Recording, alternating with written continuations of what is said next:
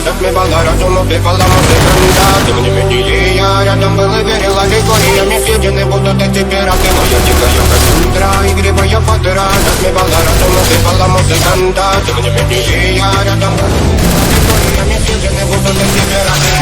Мария, ты я ты нашим грядущим кидалами любима, так и свои толерантными родимыми храним образа. С летенными сердцами воспевалась биты базов.